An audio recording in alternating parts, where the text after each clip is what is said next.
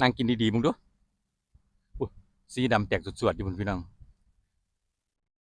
จุนี่สีเทาปกติแล้วมันก็บ่ค่อยอยู่น้ำกันเพราะปานใดเด้อพี่น้อง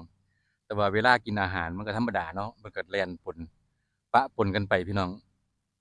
บางตัวเพิ่นบ่ดื้อเพิ่นก็กินอยู่นำกันอยู่แต่ว่าถ้าเกิดเจอสีดำจุใดที่เพิ่นดื้อๆน่ะพี่น้องเพิ่นจะไล่กัดหมู่นะโอ้ยนางน้อยงามแท้นี่สีขาวงามขนาดท้องเพิ่นห้อยหัวกินอีกต่างหาก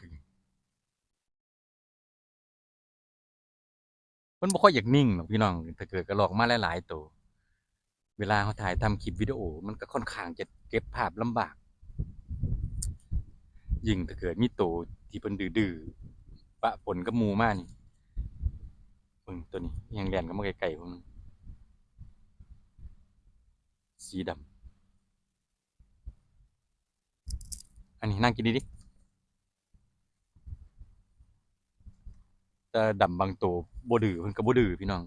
แต่บางโตส่วนใหญ่น่ะจะดื้อสีดำนะเอ้ากวนกันนะสีเทากับสีเทาก็ยังกัดกันอยู่บัดนี้ฮะเป็นการแย่งชิงเนาะพี่น้อง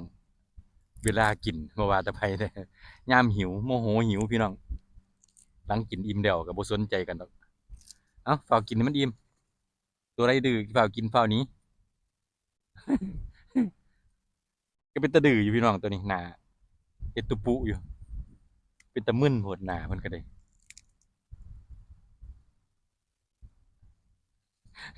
ดื้อไรหาอะไรกัดแตะมู